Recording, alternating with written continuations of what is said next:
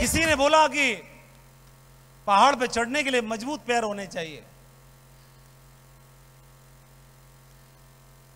तो पूरे भारत में 135 करोड़ लोगों के पास मजबूत पैर हैं, तो क्यों नहीं नापी? हिमालय को क्यों नहीं नाप दिया? क्या हिमालय पैरों से चढ़ा जाता है? अगर पैरों से चढ़ा होता तो सबने नाप दिया होता। किसी हिमालय की चोटी, दुनिया की सबसे बड़ी चोटी, पैरों से नहीं नापी जाती। उसके लिए तो कुछ और ही चाहिए होता है, कुछ और चाहिए होता है। और वह कुछ और क्या है? वो कुछ और वही तो ढूंढना है, वो ढूंढना है कुछ और जिससे हिमालय तक नाप दिया जाता है। वही तो चाहिए, वही तो ढूंढना है। और अगर अंदर है तो वही तो निकालना है, उसी को जगाना है, जिसके बिना भी, पैरों के बिना भी अगर हिमालय नापा जा सकता है तो इसका मतलब पैरों की आवश्यकता नहीं, वो कुछ और की आवश्यकता है। वो कुछ और वो कुछ और क्या? अब्दुल कलाम साहब एनडीए टेस्ट पास करने के बाद पायलट बनने के लिए देहरादून पहुंचते हैं, और देहरादून पहुंचने के बाद 9 कैंडिडेट थे, 8 सेलेक्ट हो गए, कलाम साहब रह गए।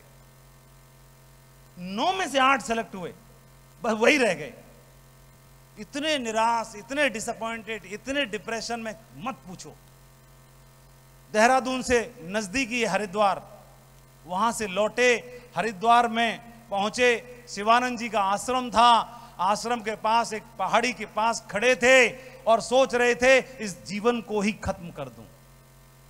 कितनी मुश्किलों से, केरला में कितनी मुश्किलों से खाना नहीं था, अखबार बांटा, ये बांटा, वो बांटा, क्या क्या नहीं किया। क्या मुंह दिखाऊं घर वालों को? लग रहा जीवन का ही अंत कर लूं। तो भांप लिया और उन्होंने पूछा कि देखा नवयुवक है, 17-18 साल का, 16-17 साल का है। बोला क्या कर रहे हो? बोला मैं जीवन का अंत कर रहा हूं, मैं बहुत दुखी हूं। बोला ठीक है, कोई बात नहीं, ये काम तो कभी भी कर लेना, कल कर लेना, अभी फिलहाल आओ कुछ खाते पीते हैं। बुला लिया, कुछ खाया पिया, थोड़ा नॉर्मल हुए। बोले ऐसी क्या जरूरत आन पड़ी? बोला मैं क्या बताऊं, मैं क्या बताऊं, मेरा टेस्ट इतना अच्छा हुआ, मेरा इंटरव्यू इतना अच्छा हुआ, मैंने तैयारी बहुत अच्छी थी, मेरा फिजिकल बहुत अच्छा हुआ, मेरा सब कुछ अच्छा हुआ। फिर परमात्मा ने ऐसा मेरे साथ क्यों किया, ऊपर वाले ने, कि 9 में से 8 मैं छोड़ दिया? मुझे समझ नहीं आता। उसके बाद जो गुरुदेव ने, जो संत ने जो जवाब दिया, वो जवाब हर बार नो सुनने के बाद, हर बार फेलियर होने के बाद, हर बार दुखी होने के बाद, वो जवाब याद करना चाहिए हम सबको। वो जवाब दिया उन्होंने।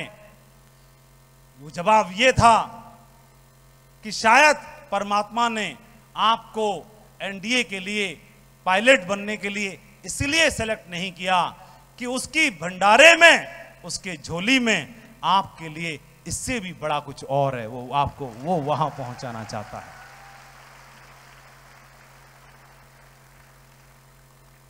और आप जानते हैं कलाम साहब के बारे में, मैं क्या बताऊं, उनका इतिहास, उनके अचीवमेंट, वो क्या थे, क्या बने और क्या हैं आज। दुनिया में नहीं होने के बावजूद भी हैं। यही तो जीवन है। और कहां तक पहुंचाया। हर असफलता के बाद ये वाक्य अपने आप से जरूर दोहराएं। 3 P सफलता के लिए। पहला, फिर पेशेंस, धैर्य, इस बात के लिए कि मेरे लिए कोई डेस्टिनी ऊपर वाले ने भी चुनी है। जब बनाने वाला वो है, भेजने वाला वो है, तो जीवन में डेस्टिनी नियुक्त करने वाला भी वही है। उसके ऊपर शक कैसे कर सकते हैं। और 10वें पिता गुरु गोविंद सिंह जी, आप तो उसी मिट्टी से बिलोंग करते हो। हां जी, इसी मिट्टी की बात करते हैं। देश धर्म के वास्ते वार दिए सुचार, 4 मरे तो क्या हुआ, अभी तो जीवित कई हजार। कैसे कैसे क्या क्या आदर्श स्थापित हुए। और हम क्या करते हैं, छोटा सा चैलेंज आया, 10-20 लोगों ने मना किया, 10 लोगों को प्लान दिखाया, बोला तुमसे ना होगा, ना करेंगे ना करेंगे ना करेंगे ना करेंगे ना करेंगे, और ढीले पड़ जाते हैं। बोले गुरुदेव हमसे ना होने का, हमसे ना होने का, मैं ना कर पाऊंगा, मेरा तो चलेगा ही नहीं। 10 की टीम थी, 10 बनाई, भागे वो एक भी ना बचा। इतना बड़ी पारी खेलनी है, बड़ा काम करना है, बड़ा, और छोड़ना आसान है, बहुत आसान है। हम आसान काम को चुनते हैं, छोड़ देना बहुत आसान है। कैसे? बचपन में छोटे थे, मैं दोस्तों में कबड्डी की लड़ाई हो गई, उसने मारा पटक के, छोड़ दे रहा हूं। छोड़ देना आसान है, आ गए। स्कूल में टॉप करना, क्लास में टॉप करना ठीक नहीं है, छोड़ देना ही आसान है। मेडल जीतना नहीं, छोड़ देना आसान है। नौकरी के लिए ट्राई किया, भागे भागे भागे, 1 बार नहीं हुआ, 2 बार नहीं हुआ, 3 बार, अरे जाने दो, कौन से भूखे मर रहे हैं। छोड़ देना आसान है। तो छोड़ के छोड़ने की आदत पड़ गई। छोड़ देना बहुत आसान है। किसी का सपना रहा कुछ बनने का, ऑफिसर बनने का, पायलट बनने का, नौकरी पाने का, सिविल में जाने का, छोड़ देना आसान है।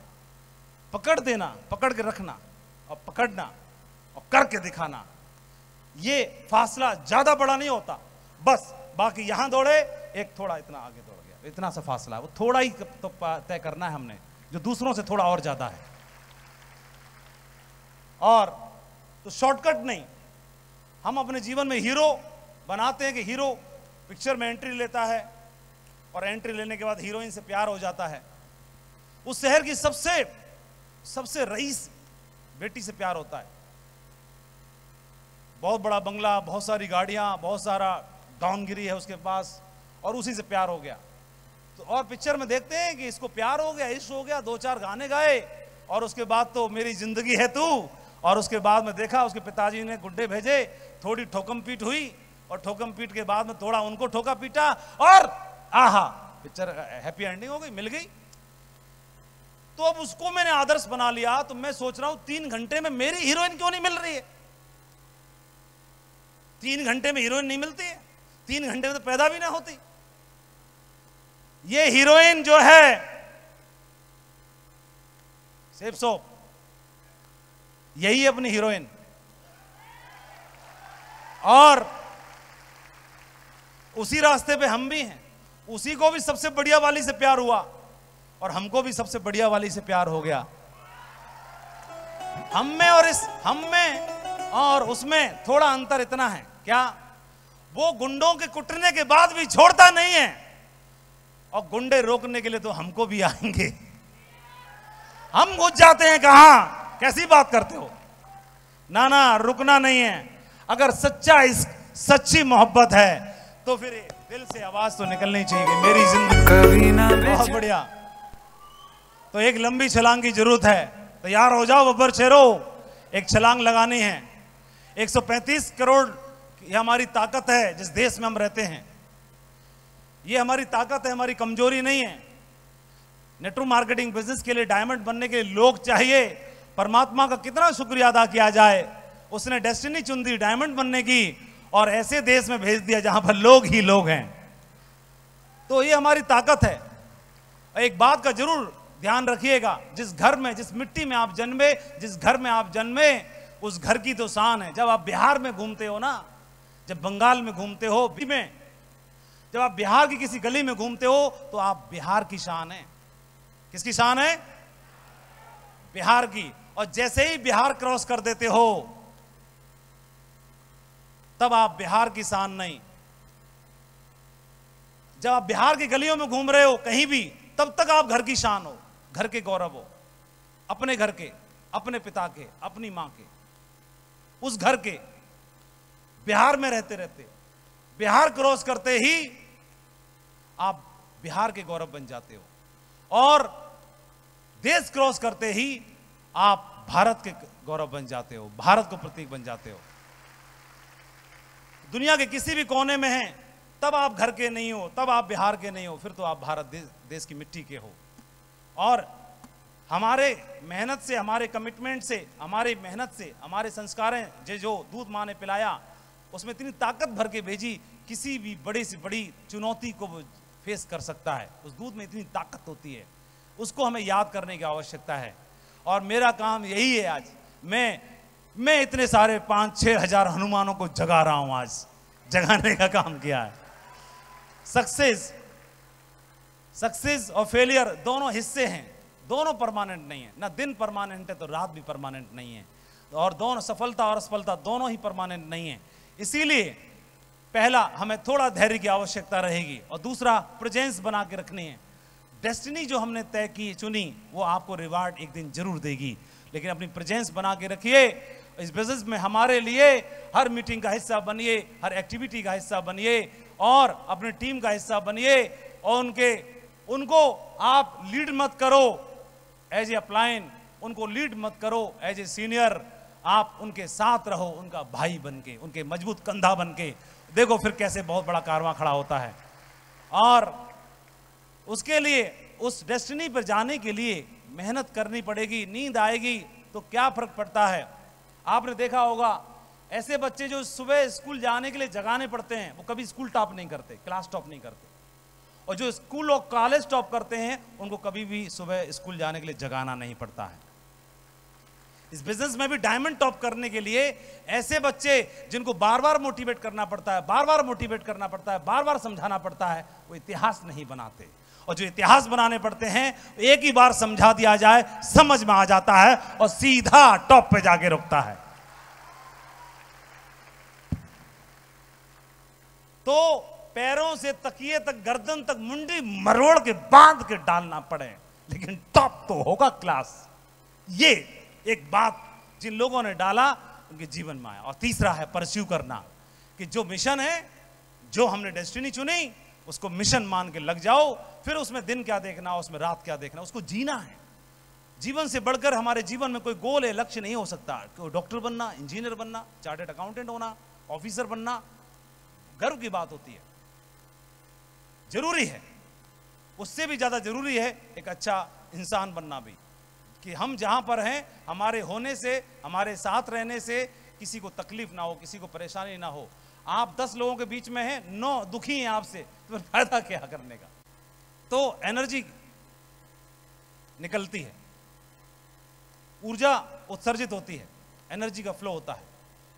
और हमने ये भी पढ़ा कि पूरा यूनिवर्स, पूरा ब्रह्मांड छोटे छोटे कणों से मिलकर बना है, छोटे छोटे एटम से मिलकर बना है, सूक्ष्म, नगण्य, उनको हम देख नहीं पाते। और सब कुछ एनर्जी है, जो दिखता है वह भी, और जो नहीं दिखता वह भी। हॉल का पुर्जा ही ऊर्जा का, वह भी ऊर्जा ही है। तो सब कुछ एक है।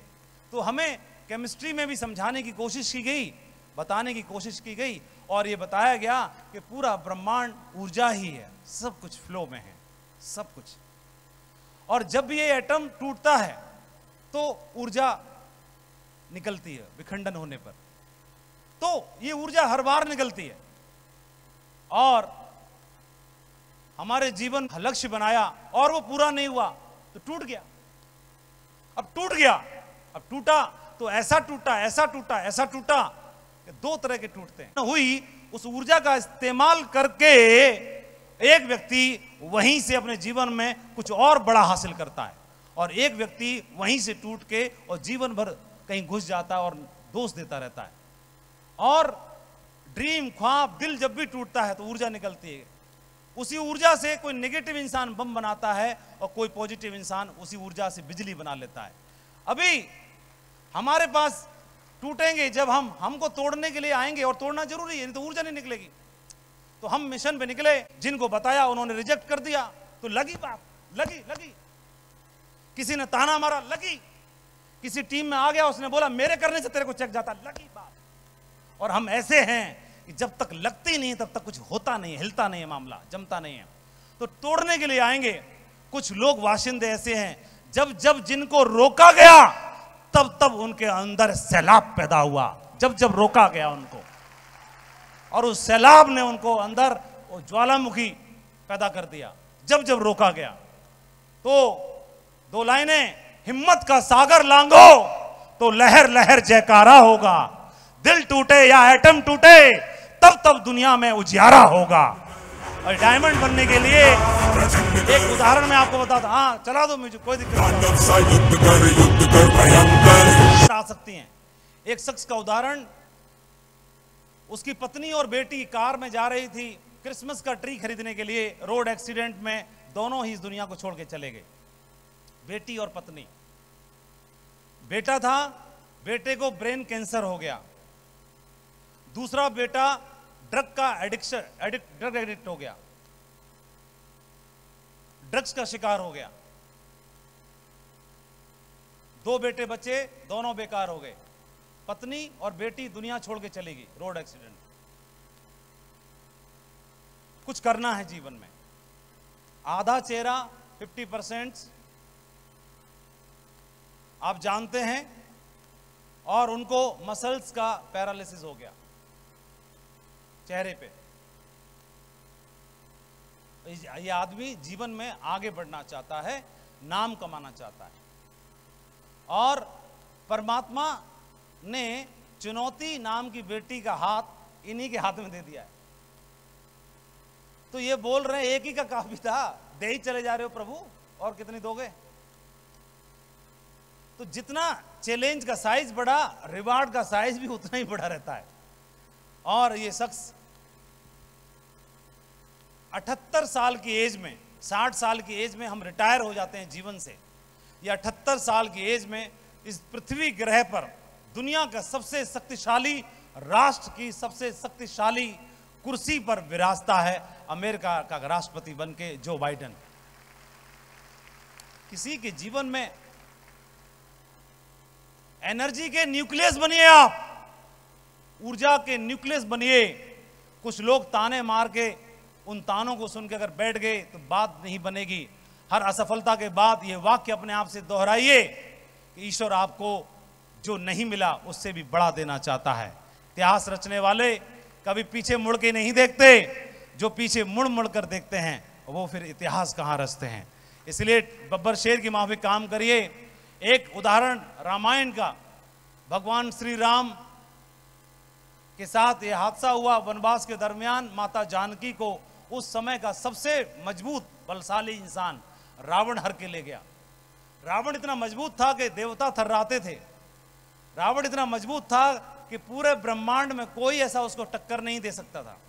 रावण भगवान शिव की उपासना किया करता था, यहां तक कि एक बार अड़ गया, भगवान शिव की भी पोस्टिंग करने लगा। वो बोला ऐसा प्रभु कैलाश में कोई अरेंजमेंट कुछ रहते नहीं है, तुम लंका में शिफ्ट हो जाओ। तो उन्होंने कोई जवाब नहीं दिया। उन्होंने बोला ना करूंगा तो नाराज हो जाएगा। जब पेंडिंग डाल दिया, बोले इसको ऐसे पागल आदमी की चीजें पेंडिंग डाल देनी चाहिए। कई बार अपलायन को बोलोगे सर इसका जवाब दीजिए, अपलायन ना बोलेगा ना हाँ बोलेगा, समझ जाओ उत्तर देना नहीं चाहता, दोनों में रूठेगा ये। तो पेंडिंग डाल दी, उसको लगा प्रभु पेंडिंग डाल दी है, और एक काम, वैसे प्रभु तो अपने ही है, इनसे क्या पूछना, उठा ही लाता हूं सीधा। कैलाश को उठाने चल दिया। तो इतना बलशाली था। और हरण के दौरान जटायु से भेंट हुई, जटायु ने अपना फर्ज निभाया और शहीद होने लगे, शहीद हुए। क्योंकि उनके पिता राजा दशरथ के मित्र थे, तो उनका रूप स्वरूप भी पिता के बराबर ही हुआ और मुलाकात हुई। तो जटायु पूछने लगे, राम ऊपर जाकर के स्वर्ग में पिता से मुलाकात होगी, महाराज दशरथ से मुलाकात होगी, तो उनको क्या बताऊं, जाते जाते मुझे ये बता दो। अब प्रश्न जो पूछा जा रहा है वो राम से पूछा जा रहा है, और जब राम से पूछा जाएगा प्रश्न तो जवाब भी राम की तरह ही मिलता है। इसीलिए वो राम है, इसीलिए नाम मर्यादा पुरुषोत्तम भी जुड़ता है। तो राम से सवाल पूछा कि ऊपर जा रहा हूं, सिचुएशन ये है, रावण हर के ले गया है, पूछ रहे क्या बताऊं। तो रावण ने हरा, तो राम जवाब देते हैं, राम जवाब देते हैं, जो मैं राम तक कुल साहित्य कहे दसानन आए। बोला, उन्होंने बोला कि तात आप कुछ जाकर के पिताश्री से कुछ मत बोलिएगा, यदि मैं राम हूं तो मुझे कसम है अपने पिता महाराज दशरथ की रावण कुल खानदान सहित स्वर्ग में आकर के पिताश्री को जवाब देगा। मैं राम हूं तो जो मैं राम ता कुल सहित कहे दशानन आए। जो मैं राम हूं तो आपको ताने मारे जाते हैं, क्या हुआ रेंज रोवर का तुम्हारी का, कहो डायमंड शिप कब बन रही है। हमने सुना था डायमंड शिप में इनविटेशन आएगा, 3 साल हो गए लला, कब मिल आएंगे, डायमंड की दावत कब मिलेगी। हमने तो कार ही ना खरीदी, हम सोच रहे थे भतीजे की कार में घूमा करेंगे। जो मैं राम, अगर राम को ताना मारा जा रहा तो राम कभी जवाब नहीं देगा। राम यही जवाब देगा कि राम जवाब नहीं देगा, रेंज रोवर जवाब देगी मेरी, मर्सिडीज जवाब देगी मेरी, डायमंड शिप का पास जवाब देगा मेरा। जो मैं राम अगर मैं हूं तो कसम उसी दूत की जो मेरी रगों में दौड़ता है।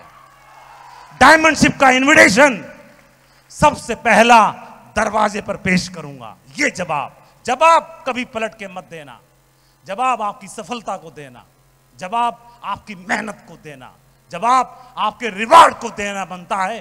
कभी भी यहां से जवाब नहीं, सचिन ने यहां से भी जवाब नहीं दिया, सचिन के बल्ले ने हमेशा जवाब दिया। जो मैं राम, और मैं आह्वान करता हूं ये 5,500 डायमंड्स का कि मुंह से जवाब मत देना। जब भी कोई डायलॉग सुनने के लिए मिले सुन लेना, अंदर जाने देना और एक्सपोनेंशियल ग्रोथ होने देना उसकी, वो आपको अंदर से ताकत देगा। भूलना मत, जवाब आपके रिवार्ड देंगे उनको, वहां तक पहुंच जाएगी खुशखबरी। कितने लोग वादा करते हैं, कमिटमेंट करते हैं। बहुत सारे लोगों के बारे में सुनते हैं कि उन्होंने सिविल सर्विस में ऑफिसर बनने के लिए प्रयास किया और बन नहीं पाए। मैं खुद भी उदाहरण हूं आपके सामने, मैं भी नहीं बन पाया। तो अब प्रेरणा किससे लें? जो नहीं बन पाए। कई सारे लोगों ने डॉक्टर बनने के लिए एग्जाम ही पास नहीं कर पाए, और जो नहीं कर पाने वाले वो लाखों हैं। तो क्या चर्चा अब उनकी करें? आज उनकी बात करें जो आईआईटी पहुंच ही नहीं पाए, जो डॉक्टर बन ही नहीं पाए, और जो डायमंड बन ही नहीं पाए। ये संख्या बहुत है जो नहीं बन पाए। किसी ने सवाल पूछा जो आईएएस बने, जो आईआईटी पहुंचे, तो यहां भी किसकी चर्चा करें, किसका उदाहरण दें? जो नहीं बने या जो बने? जो बने बिल्कुल, जो बने। और कई लोग ने सवाल पूछा, साहब ये तो भाग्य की बात है, बनना नहीं बनना तो किसकी बात है? भाग्य की बात है। बनना और नहीं बनना तो भाग्य की बात है। हमारे भाग्य में होगा, नसीब में होगा डायमंड बनना, तो घर बैठे बन जाएंगे। मैंने बगैर ज्वाइन करे, बगैर आईडी लगाए, बगैर नीट का एग्जाम क्वालिफाई करे डॉक्टर बन जाए। नसीब में डॉक्टर होगा, बन जाए। बगैर फॉर्म भरे आर्मी में भर्ती हो जाएंगे, नसीब। बगैर भर्ती देखे ना ना ना ना, वो तो सब करना ही, वो तो प्रक्रिया तो करिए नहीं, प्रक्रिया तो करनी ही पड़े। खुद ही जवाब दे रहे हैं, प्रक्रिया करनी पड़ती है, दौड़ लगानी पड़ती है, तैयारी करनी पड़ती है, एग्जाम में जाना पड़ता है। एक बार 2 बार फेल हो जाए फिर भी लगे रहना पड़ता है। तो हमने बोला पर्ची निकले और उसमें से एक निकलेगी, बस सिलेक्ट होगी। तो कितना चांस है अवसर पाने का? तो वो नहीं, लेकिन हां ये है, वो है इंस्पिरेशन जो बनते हैं, जो लोग मिट्टी में पैदा होकर के और आसमान तक जाते हैं, वो रियल हीरो बनते हैं। वो जब रियल हीरो बनते हैं, उनकी कहानी लोगों को प्रेरित करती है। अब बड़ी टीम कैसे बनाएं? तो बड़ी टीम बनाने के लिए जो 18-19 साल में मैंने सिस्टम में रह के, टीम के साथ काम करके, अपलाइन के साथ रह करके, अपने लीडरों के साथ रह के जो चीज़ें ऑब्जर्व की, तो उसमें देखा हम काम कर रहे थे। तो मेरे काम करने से कोई तेजी से काम नहीं चल रहा था। मैं अकेला था, अकेले के साथ फिर विजयपाल जी हमारे साथ में आ गए, जसवीर जी आ गए, पुराने साथियों में सत्येंद्र जी हमारे साथ में आ गए। अब आ गए और इनको भगाना तो मुझे आता है, लेकिन मुझे काबिलियत भगाने के लिए कुछ सीखना नहीं पड़ता, लेकिन इनको टिकाने के लिए मुझे सीखना पड़ता है, तैयारी करनी पड़ती है। तो अक्सर गलती क्या होती है, एक व्यक्ति एक आश्रम में एक संत के पास पहुंचा और वो ऊपर वाले की आराधना बहुत किया करता था, और उसने उपासना करते करते धैर्य जवाब दे गया। तो वो एक संत के आश्रम में चला गया, वो संत के आश्रम में रहने लगा, संत की सेवा करने लगा। 1 साल 2 साल झाड़ू लगाता, वहां पर बर्तन धोता, वर्षों वहां सेवा की। उसकी सेवा से वो संत इतने प्रसन्न हुए, उन्होंने बोला कि शायद मेरे आज रात्रि में मेरे सपने में ऐसा ऊपर वाले ने दर्शन दिए, शायद तुम्हारी सेवा से ऊपर वाला प्रसन्न है। तो बोले गुरुदेव बताएं आदेश क्या है? बोले आदेश कुछ नहीं है, ऊपर वाला आपसे मेहरबान है और आपको एक पत्थर देना चाहता है। क्या? पत्थर। वह पत्थर में एक विशेषता है, वह पत्थर अगर लोहे को छू देगा तो वह सोने में बदल जाता है। तो आप अपने जीवन की जितनी भी भौतिक सुख साधन है उनको आप जीवन में जियो, हासिल करो, उसका मैं आपको राज बताना चाहता हूं, परमात्मा मेरे मुखारबिंद से बताना चाहता है। बोला आदेश करें गुरुदेव। उन्होंने बोला फला फला नदी के किनारे पर वहां पर पत्थरों का ढेर है, बहुत ढेर है, छोटे छोटे पत्थरों का ढेर है, उसी ढेर में वो पत्थर छिपा हुआ है। लेकिन समस्या ये है सब दिखने में एक जैसे, एक रंग रूप के ही हैं। अब उस समय पहचानोगे कैसे कि है उनमें एक ही जो सोने में बदलने की ताकत रखता है। तो बोले गुरुदेव आप ही बताइए क्या निशानी है उसकी? बोले निशानी एक ही है, बाकी जितने पत्थर होंगे वो सब छुओगे तो ठंडे होंगे, उस पत्थर को छुओगे तो वह पत्थर गर्म निकलेगा, गर्म होगा, बस इतनी एक अंतर है, बाकी कोई अंतर नहीं। बोले ठीक है गुरुदेव। अब पत्थरों का ढेर था, वह पहुंचा और उसमें से पहला पत्थर उठाया, ठंडा, तो सोचा अलग उठा के रखूं तो फिर यहां ढेर लग जाएगा, सोचा कि बेकार है किसी काम का नहीं, नदी में फेंक देता हूं। और उठाया फेंक दिया, फिर दूसरा उठाया फेंक दिया, तीसरा उठाया फेंक दिया, ठंडा है फेंक दिया, फेंक दिया, फेंक दिया, फेंक दिया, फेंक दिया, फेंक दिया, फेंक दिया। 1 घंटा हो गया, 2 घंटा हो गया, 6 घंटा हो गया, सांझ हो गई, फेंकते फेंकते फेंकते फेंकते फेंकते फेंकते सांझ हो गई वाली, फेंकते फेंकते फेंकते गरम आ गया आ गया आ गया। तब तक अभ्यास फेंकने का इतना हो चुका था, तब तक पत्थर वो भी फेंक चुका था, नदी में जा चुका था। मिला तो सही पत्थर, लेकिन वो पत्थर क्या हुआ?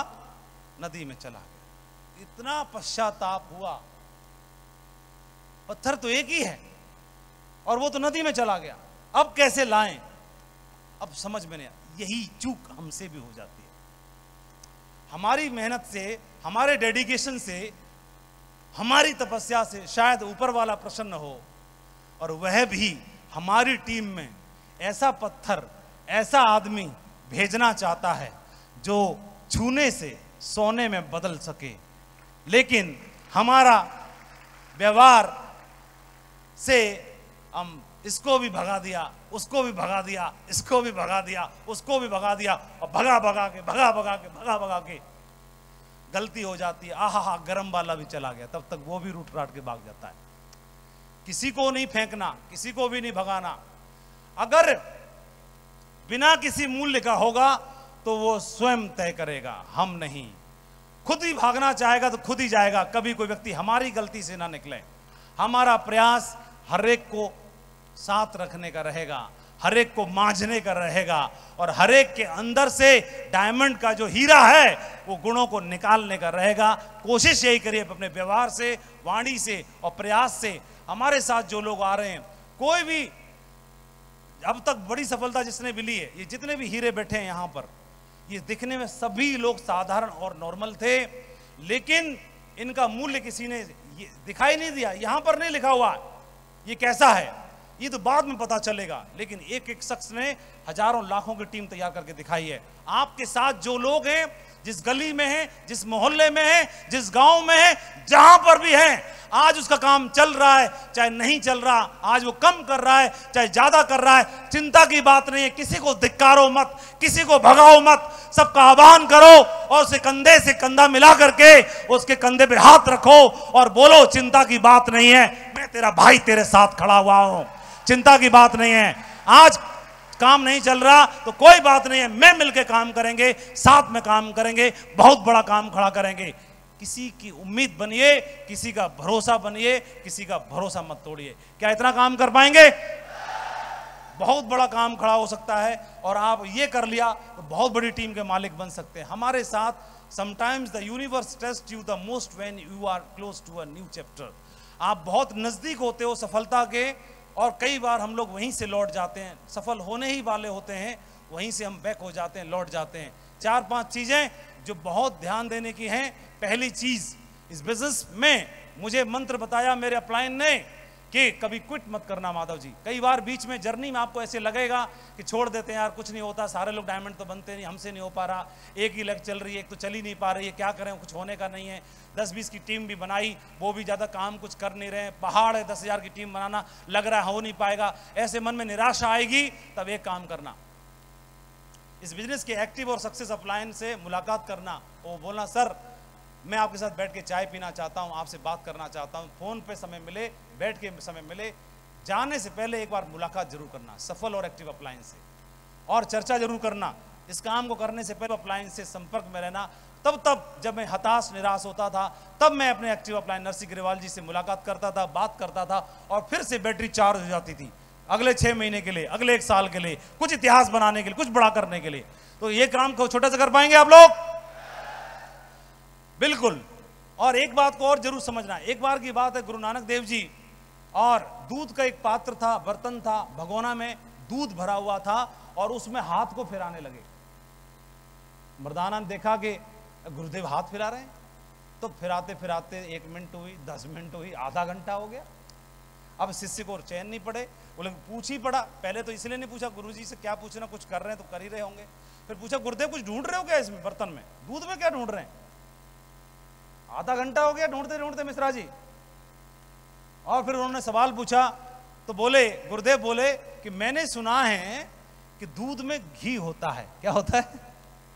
दूध में घी होता है, बस उसी को ढूंढ रहा हूं, कहां है? शिष्य बोला, अरे गुरुजी आप भी कैसी बात करते हो। गुरुजी की हरकत उसे नादानी वाली लगी, तो गुरुजी से पूछा, अरे हंस क्यों रहे हो? गुरुजी ने पूछा, घी होता नहीं क्या? नहीं घी तो होता है, तो वही तो ढूंढ रहा हूं। तो बोले ना ना गुरुदेव ऐसे घी ना मिलेगा।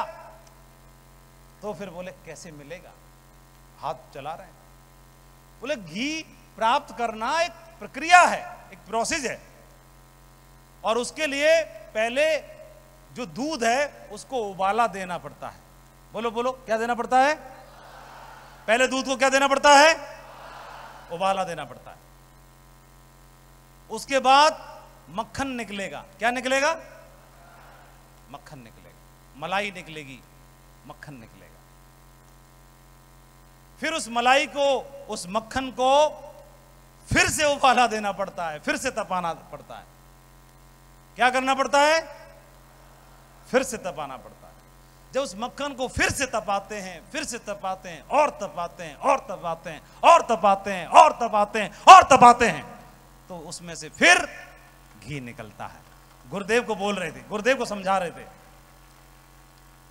तो गुरुदेव ने जवाब दिया बिल्कुल। तो गुरुदेव ने तो उनको बोला, करने की प्रक्रिया भी यही है, यही है। पहले उबाला देना पड़ता है, फिर तपाना देना पड़ता है। फिर हमारे गुरुदेव ने भी हाथ हिलाते हिलाते दूध में बोला, माधव जी यही प्रक्रिया डायमंड बनने की भी है। पहले उबाला देना पड़ता है और फिर तपाना देना पड़ता है, तब जाकर के सीने पे डायमंड की बेल्ट विराजती है। वो बता दिया।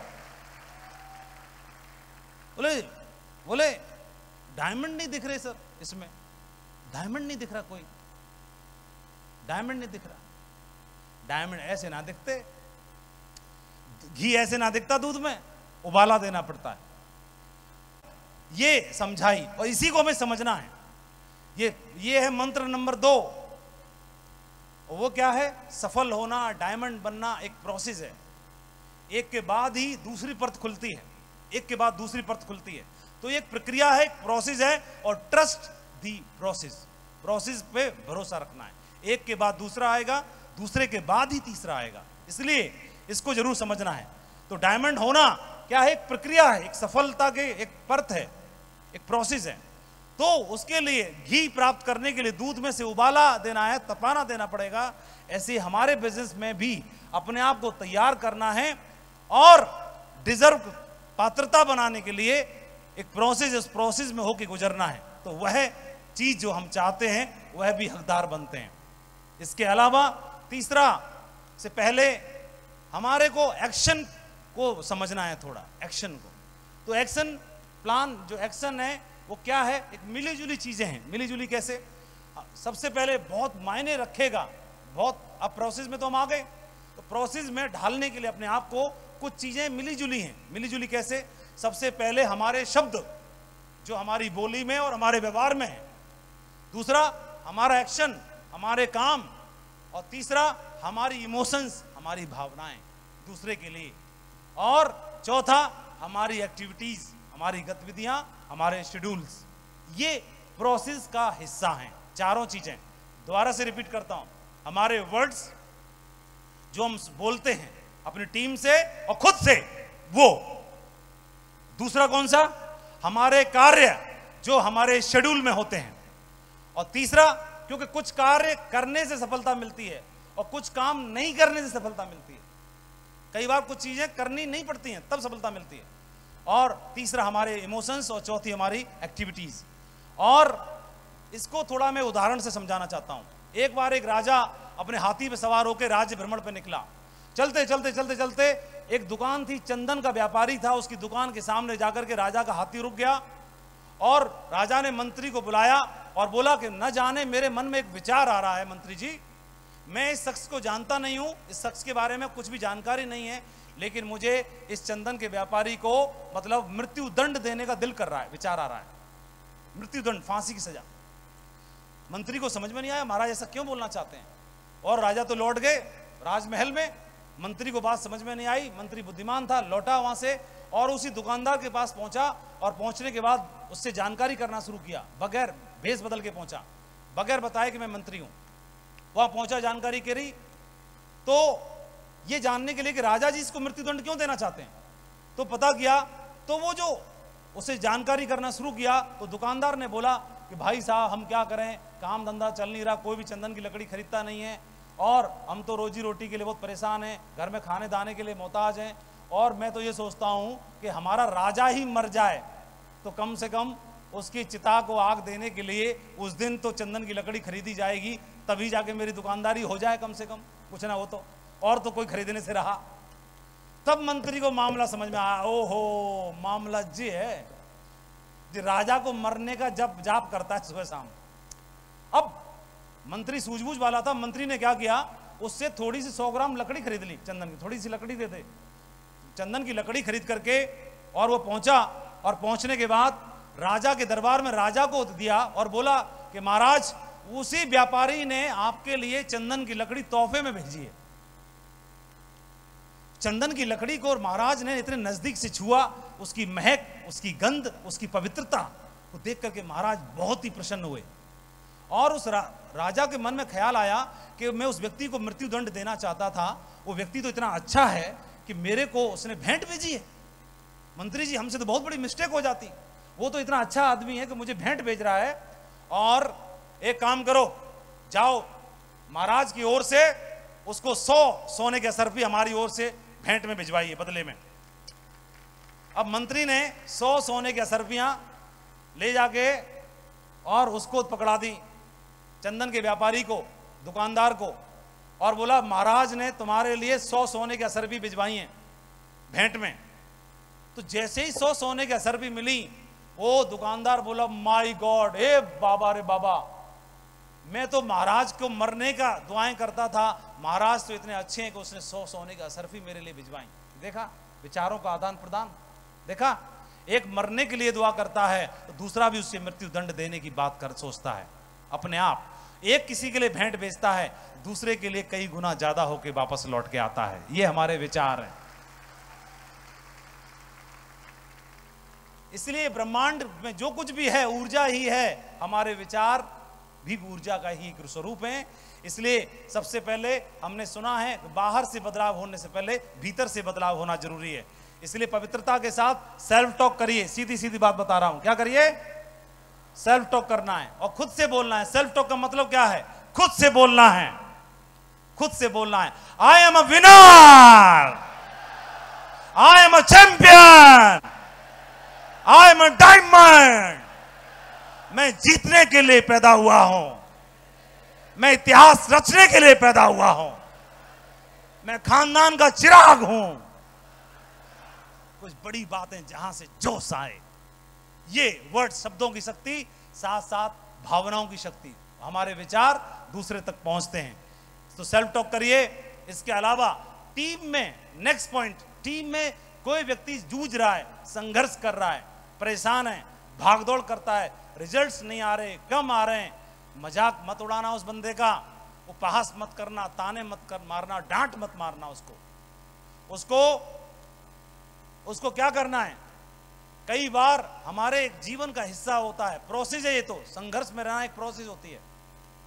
और आप जानते हैं इस पृथ्वी ग्रह के सबसे मजबूत 5 पांडव जो योद्धा थे, एक की गदा में इतना दम था कि जहां मारे वहीं से पाताल में पानी निकाल दे। एक का गांडीव ऐसा धनुष था जो पूरी पृथ्वी पर एक ही था। और वो धारी एक धर्मजार राजा युधिष्ठिर, उनको भी इतने मजबूत बलशाली होने के बावजूद, जिनको स्वयं भगवान कृष्ण का साथ था, इतना होने के बावजूद भी उनको भी अज्ञातवास में रहना पड़ा। किसी को ब्रथला बन के, किसी को दासी बन के, किसी को पशुओं की देखरेख करके, किसी को रसोईया बन के, किसी को कंक बन के। लेकिन कोई फर्क नहीं पड़ता।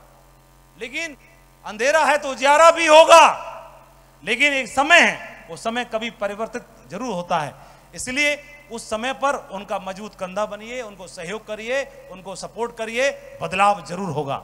और ये बदलाव के लिए उदाहरण ढेर सारे हैं। ये भगवान राम ने अवतार लेके ये यात्रा की, अयोध्या से लेके और रामेश्वरम तक की, लंका तक की, वो किसी अपने लिए नहीं की, वो उसमें बहुत सारे लोगों का जीवन जुड़ा हुआ था, बहुत सारे लोगों का भाग्य उदय होना था, बहुत सारे लोगों को मुक्ति दिलानी थी, दूसरों के जीवन में परिवर्तन लाने के लिए उनकी ये यात्रा यहां से लेके यहां तक हुई। और अगर आपकी भी फ्रेशर से लेके डायमंड तक की और क्राउन तक की और यूसीए तक की अगर यात्रा होती है तो सिर्फ आपके अकेले खुद के लिए नहीं होगी, उसमें और बहुत सारे घरों में, परिवारों में खुशियों के चिराग जलेंगे। इस यात्रा को जरूर तय करिएगा।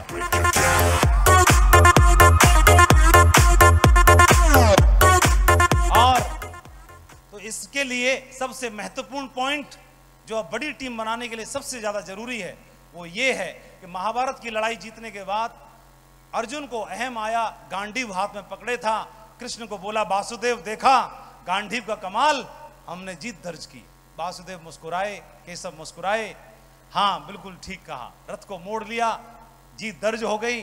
मोड़ने के बाद एक जगह पर जाके रोक दिया, अर्जुन को बोला कि अर्जुन रथ से उतर जाओ।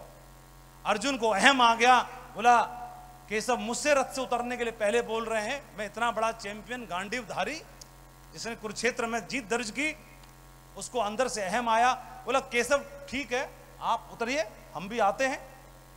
ना ना ना अर्जुन आप उतरो रथ से। बोला हम आते हैं ना, उतरो। वो उनको बोल रहा है आप उतरो। धर्मराज बीच में बोले कि अर्जुन अगर वासुदेव बोल रहे हैं तो कोई बात होगी, उतर जाओ। वासुदेव यदि बोल रहे हैं, गुरु अगर बोल रहा है तो उतर जाओ, उतरने के लिए बोल रहे हैं।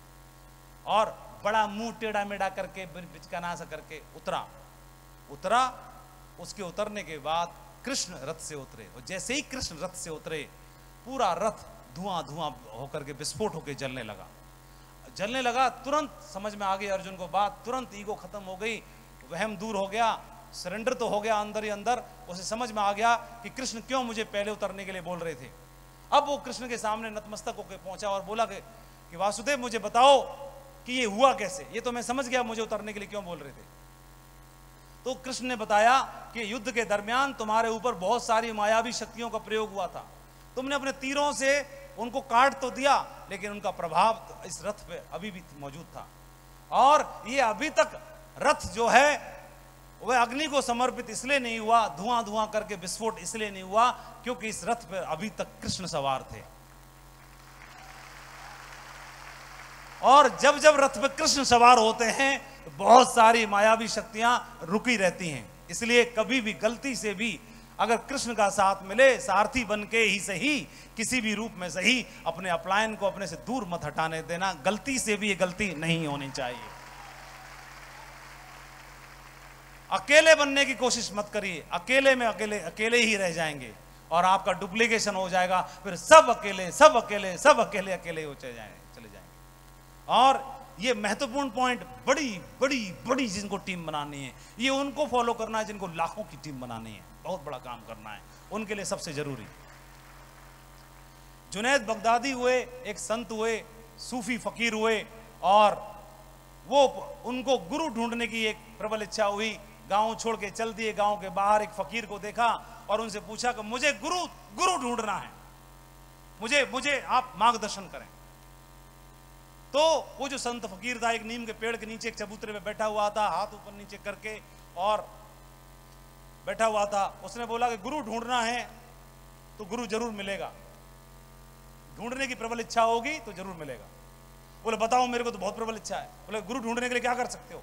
मैं रात दिन ढूंढ सकता हूँ, रात में ढूंढ सकता हूँ, दिन में ढूंढ सकता हूँ, मैं रेगिस्तान में ढूंढ सकता हूँ, मैं पानी में दौड़ सकता हूँ, जंगल में जाके जा सकता हूँ, मैं पैदल घूम सकता हूँ, मैं भूखे रह सकता हूँ, मैं पूरा जीवन ढूंढ सकता हूँ।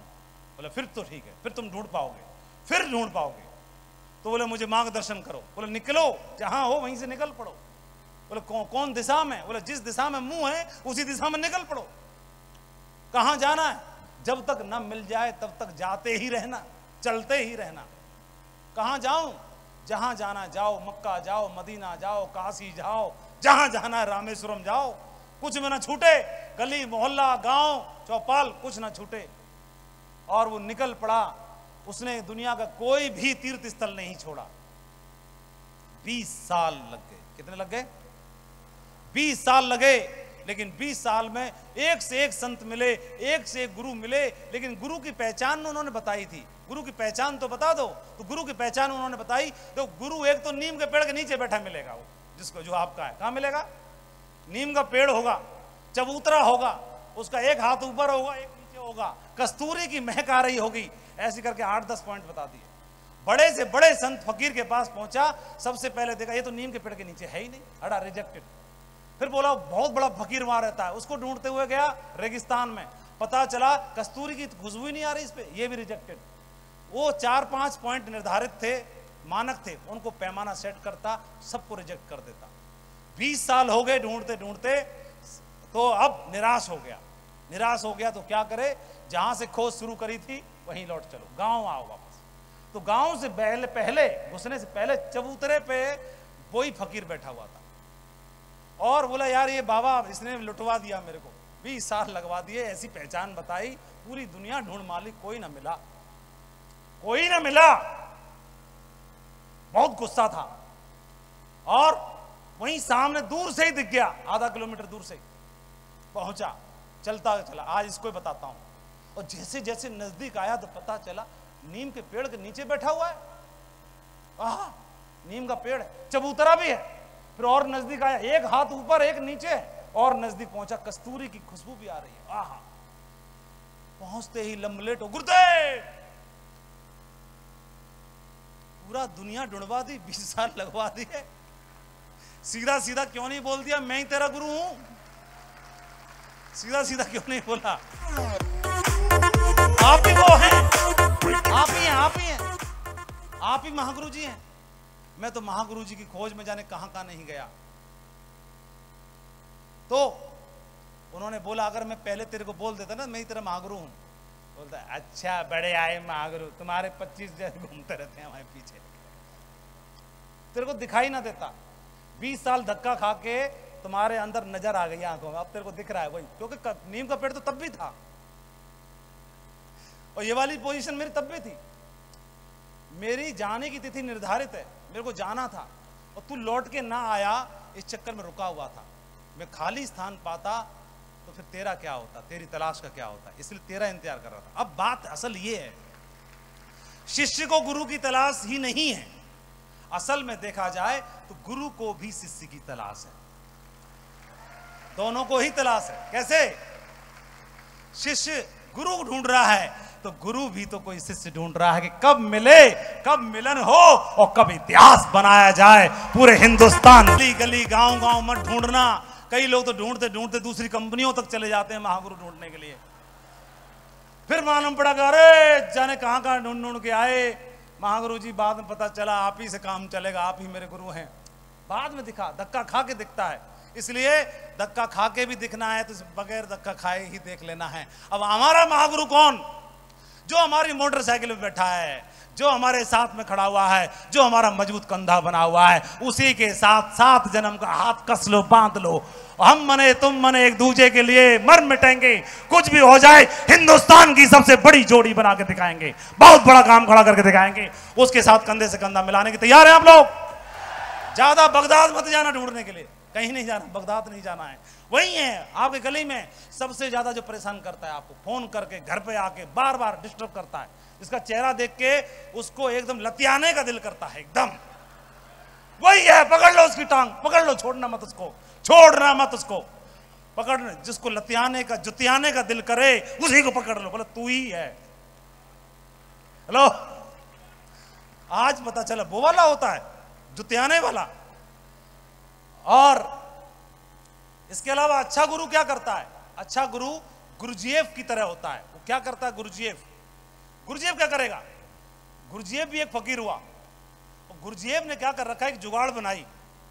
कई लोग क्या करते हैं, कई लोग जिनसे हम चिढ़ते हैं, जो हमें खराब लगते हैं, उनकी बुराई सुनने में कानों में जो आनंद आता है, उसका आनंद का मजाक कुछ पूछो ही मत। मतलब तो क्या हुआ, एक बंदा गुरुजीएफ के आश्रम में पहुंचा और बोला, गुरुदेव मैं एक बढ़िया दमदार क्वालिटी का एक बढ़िया सा एकदम बढ़िया वाला एक गुरु ढूंढ रहा हूं मैं, फर्स्ट क्लास वाला कोई एक माल बढ़िया होना चाहिए, गुरु ढूंढ रहा हूं, आपकी कोई नॉलेज में हो तो बताओ। बोला यार इतना बढ़िया। उन्होंने बोला कि एक काम करो, मेरी नॉलेज में आजकल बड़ा चर्चा में रहता है, गुरु है मेरी नॉलेज में, तुम वहां जाओ, उस आश्रम में जाओ। एक एड्रेस दे दिया और उस आश्रम में जाके भर्ती हो गया। बोला क्योंकि बताया यही वाले गुरु बढ़िया हैं, आजकल यही ट्रेंड में यही चल रहे हैं। तो वहां पहुंचा, तो वहां पहुंचने के बाद में देखा कि वो जब देखो गुरुजीएफ की बुराई करता। जिस नए वाले गुरु के पास पहुंचा, गुरुजीएफ की बुराई करता। इसको बोला वो 2 कौड़ी का आदमी, आता जाता कुछ नहीं है, स्टाइल मारता घूमता रहता, उसको आता क्या, उसको कुछ नहीं आता, उसको ऐसे 56 घूमते रहते हैं। वो हमारे डायलॉग चुरा के कॉपी करके बोलता है। उसने आज तक कोई एक ग्रंथ की बात पूछ लो, जो बोलता है सब मेरी कॉपी पेस्ट है। और उतनी गाली देता, शुरू में तो उसको बढ़िया लगी, लेकिन बाद में ये भी दुखी हो गया। 1 महीना गाली सुनी, 1 महीना के बाद सीधा गुरुजीएफ के पास पहुंचा। बोला गुरुदेव, बोला गुरुजीएफ जी आप इतने बड़े संत हैं, इतने बड़े फकीर हैं, और वो जिसके पास आपने भेजा वो तो बुराई करता रहता है, बहुत गाली देता है। तो गुरुजीएफ ने बताया वो मेरा ही चेला है, और उसकी पोस्टिंग मैंने यही कर रखी है। वहां पे एक अलग से मैंने आश्रम खुलवाया, इसलिए है कि जो मेरे को गाली सुनते हुए देखना चाहते हैं, लटूरे टाइप के, वो सारे वहां जाके अपने आप भर्ती हो जाएं, ताकि बाकियों को संग में चुपचाप से मैं काम करके और उनको सेटलमेंट कर सकूं। तो कई सारे लटूरे टाइप की पार्टी रहती है, वो अपने आप एक जगह इकट्ठे हो जाते हैं, ताकि बढ़िया फ्रेश माल हो, उनके साथ काम करके और डायमंड बनाया जाए, और डायमंड बना जाए तो ज्यादा लफड़े मत रहना। और कई लोग क्या करते हैं, ऐसे करते हैं। ये टाइगर क्या कर रहा है, ये नाव चलाने वाले को मारी 2 लात खींच के पानी में गिरा दिया, बोले हट जा, हटता हूं पीछे, मैं चलाता हूं इसको। अब इसको 5-6 साल से अकेला इसमें घूम रहा है, कहां ले जाना है, किधर जाना, कुछ नहीं आता पता। कई हैं इधर भी, वो मारी 2 लात और फिर वो ढूंढ रहे हैं इधर उधर, कहां जाऊं किधर जाऊं, समझ में कुछ नहीं आ रहा, और जाना लेकिन अकेले, हट जाओ। मालूम नहीं कहाँ जाना है। इसलिए जो चप्पू चला रहा है उसको रखो, ठीक है।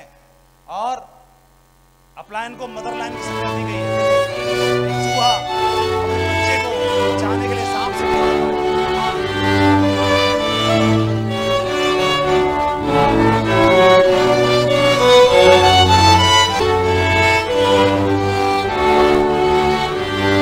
है ना। कोई तो होना ही चाहिए हमारे ऊपर इसका हाथ हो, है ना, है कि नहीं। सर पे हाथ होना चाहिए, नहीं होना चाहिए। घर में बुजुर्ग होते हैं, दादा के रूप में, बाबा के रूप में, पिताजी के रूप में, वे सब घर पे रहते हैं, वे सब फाइनेंस नहीं संभालते, वे सब काम नहीं संभालते, वे सब फैक्ट्री नहीं संभालते, वे सब आपकी नौकरी को नहीं संभालते, लेकिन उनके होने से ऐसे लगता है कि दुनिया में कुछ है कि नहीं। तो मजबूत, कोई कमजोर है तो कंधे पे उठा के ले जाना पड़े, कोई काबिलियत नहीं है, कम ज्यादा से क्या फर्क पड़ता है। और कोई हाथी है तो हाथी के साथ कंधे से कंधा मिलाओ, क्या फर्क पड़ता है ना। मिल के काम करो साथ में। ये